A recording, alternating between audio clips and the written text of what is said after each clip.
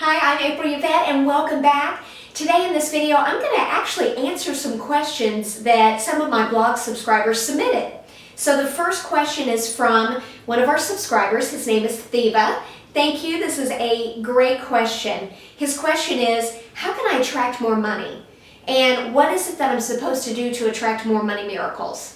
So I'm going to share with you exactly what I have learned over the last 15 years about money and abundance and how you attract more money into your life and literally create money miracles that seem to show up out of the blue effortlessly, that really doesn't feel like a struggle, but it's easier and it really feels like a flow of life. So the way for me to share this with you is you need to understand that there's a cause. What we're doing, who we're being, and what we're doing creates what we'll have, or an effect. Cause and effect. Actually, Sir Isaac Newton was a famous scientist in history. He discovered the third law of motion, and he determined that for every action there's an equal and opposite reaction. That's where we got the term, the law of cause and effect. That's where it came from. So what we're thinking, our words we're using, our beliefs, our behaviors, our daily habits are the cause, and the effect comes from the cause. So if you're experiencing not enough money, I'm going to share with you what causes that so that you can then change that and turn that effect into plenty of money, or how to attract more money in your life. So let's get started with the causes. So I want you to think for a minute in your own life. Are you making the income that you want? Yes or no? Okay, if you work for a company, are you making the sale? Are you making your sales goals like you would like? Yes or no?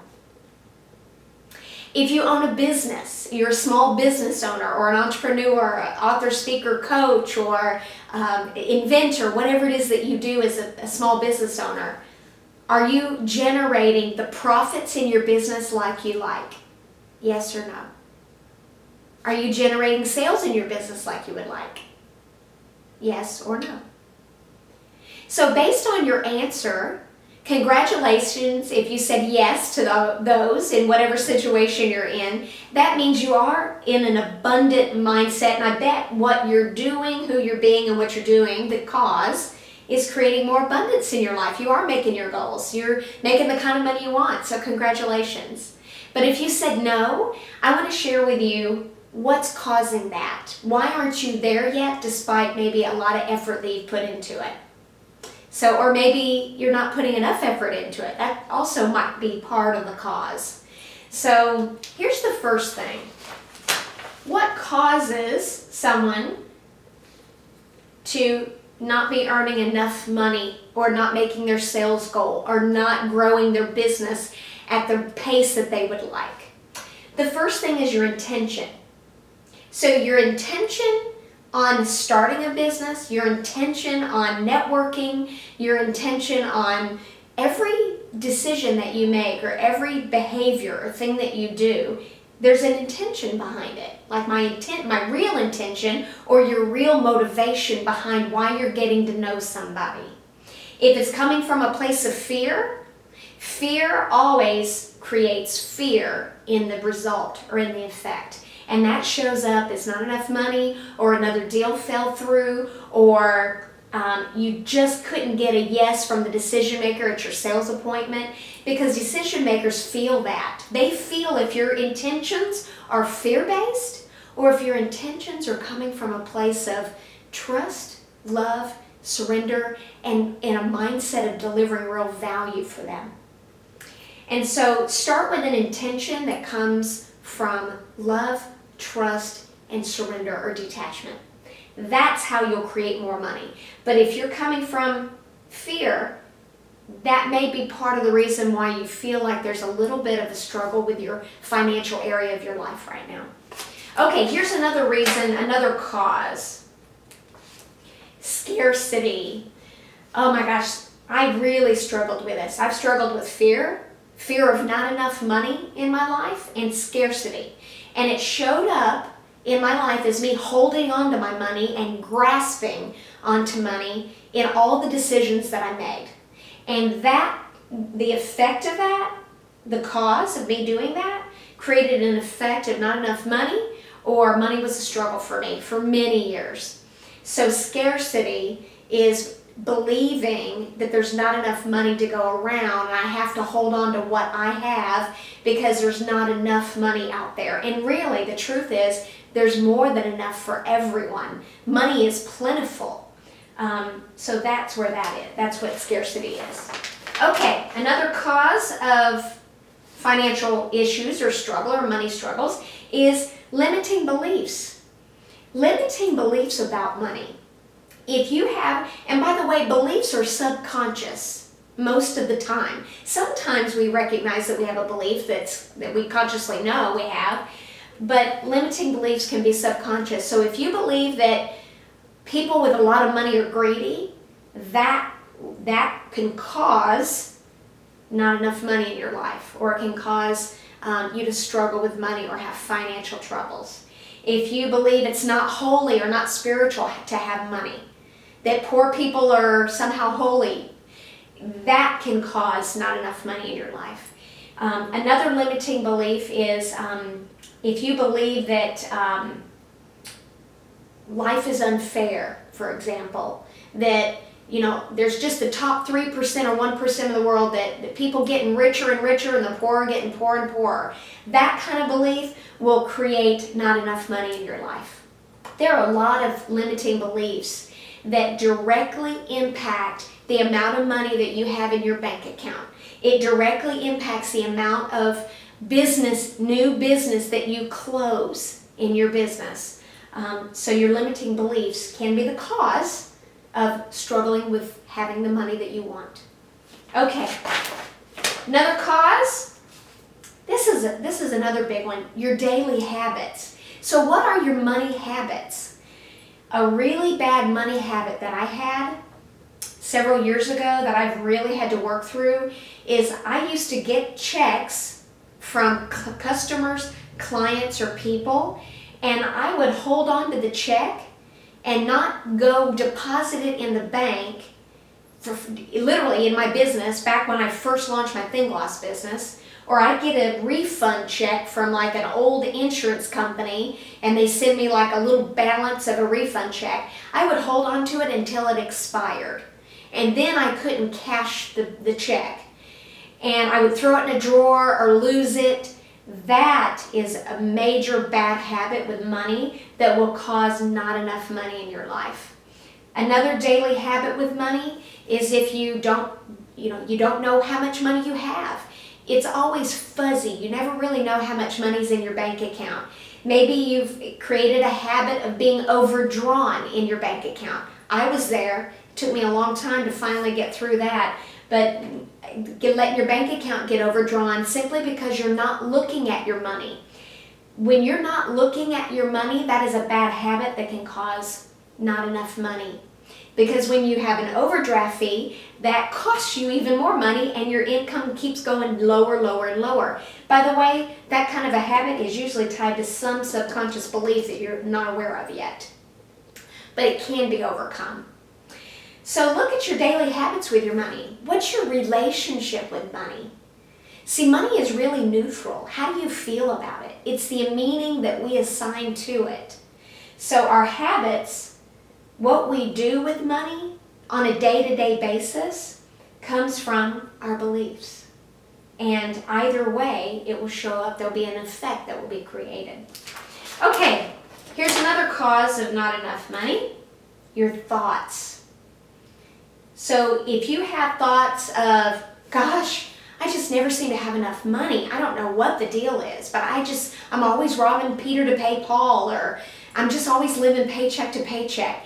Those type of thoughts, and when we think that on a regular basis over and over again, that becomes our reality. So monitoring your thoughts is very important. So if you keep having the same old thoughts about money of not enough, thoughts, fearful thoughts about money, scarcity thoughts about money, saying that you're just not good with math or you're just not good with managing money, every bit of that is going to create the effect of not enough money or financial struggle in the end. So it's important to monitor your thoughts and only choose to have thoughts that are in alignment with creating plenty of money. Okay, let's go on down. Another cause of money issues, money woes, is your words. See, we think a thought first, and then all of a sudden it turns into a word. So pay attention to what you're saying about money, about your income, about your sales in your business, about, if you're saying things like, gosh, the economy's so bad that you just can't hardly get any new clients to buy from you anymore. I mean, all our past clients are just not buying anymore. That right there will cause not enough money. You will literally block your money flow just from saying that out loud, thinking that, and then saying that. If you say, gosh, nobody wants to spend any money anymore, that right there will cause not enough money too. So be sure that you're monitoring your words. Think about what you say to your friends about money. What do you say to acquaintances at networking events about money? What do you say to your spouse about money? All of that is a cause that will create an effect. Okay. The next thing that causes a money struggle or a financial struggle is unfinished business around money. So if you owe somebody money, or if somebody owes you money, it's so important. That will cause an effect or a block of money flow into your life. I'll give you an example. Many years ago, I discovered that someone had stolen my identity. They actually filed bankruptcy with my Social Security number in California. I haven't even lived in California. I live all the way on the East Coast, in the Midwest actually. So I let that go because I didn't really need my credit for anything at the time. And it was unfinished business that kept sabotaging me and creating a block in my money flow over and over until I finally said enough. I'm going to finally take care of this once and for all. So I went and got printed off. I paid for my credit report from all 3 credit bureaus and paid for my credit score because I had to clean up that unfinished business around my money, around my finances. So if you owe money to a bank, if you owe money to a friend, to a relative, to a neighbor, create some kind of a payment plan, whatever that is. Even if it's $5 a month. But when you do that, that will help to create more of a money flow in your life. But if it's unfinished, it won't happen. Unfinished business also, if you have a spouse that owes you child support from way back, if you're harboring resentment around that, and anger, if you're pissed off, if you don't like rich people, if you are resentful about other people with money, that is a cause that will block your money flow. That will keep you stuck in scarcity and not have enough money either. You have got to, unfinished business is also about forgiving somebody else around any money issues to clean up. That's super important. Okay, and here's the last thing. Around unfinished business and words, I always seem to have people that cancel on me, or I never seem to attract the right kind of clients that want to buy now, or I'm not good enough with math, or I'm not good enough with money management. That's where's go into words, what you're saying there. Okay, so the last cause with money struggles is your story. You have to change your story. What is it? This goes back to thoughts and words. We all come up with stories from the past that we linked up when we were a kid. What did our parents say about money around us at the, what did we hear the other adults say? We picked those stories and those beliefs and those thoughts up from something in the past that's simply not true now. And when you carry those old stories over into your current life that are tied to limiting beliefs, that will cause an effect of a struggle with money. So a story could be, Gosh, people are just never, employers, they just want to hire people and work them as hard as they can, and they don't ever want to give people raises. That's a story that will block your money flow, and it's not the truth. If you're an entrepreneur, same thing. I mean, in any capacity. So this is really all of the causes that can cause money to not be flowing as easily and frequently into your life. It could cause financial struggle. It could cause you to live paycheck to paycheck. And I want to share one more story that happened to me. When I was selling, I came from a very, very humble beginnings. I wasn't making much income. $6.85 an hour is actually what I started working for a cosmetic company. Over time, I ended up selling real estate, and I sold $9 million in real estate in 1 year. And I actually upgraded my life. So I bought my dream home. I bought a luxury car. And what I was doing is I was spending more now that I was making more money, plenty of money back then. But guess what? I was still in a place, I made more money than I've ever made in my life, but I still felt like there was never enough money. It was because I was stuck in the trap of never enough. And that place will cause you to subconsciously spend more on a monthly basis, or somehow let money slip through your fingers, like not cashing a check, or not taking care of your money, managing it in the right way. And I was still living paycheck to paycheck just as much as I was when I was making $6.85 an hour. And that caused me a lot of pain and suffering around money. And so when I understood that money really is about being wise with your money, spend less, save more, and invest wisely. That's really what money's about. And I learned that from my husband's really good with that. He's really helped me to really grasp that, because he's really good with managing money, which has been a help for me. So that's really it. That's really what causes money not to flow into your life, or having struggles with money.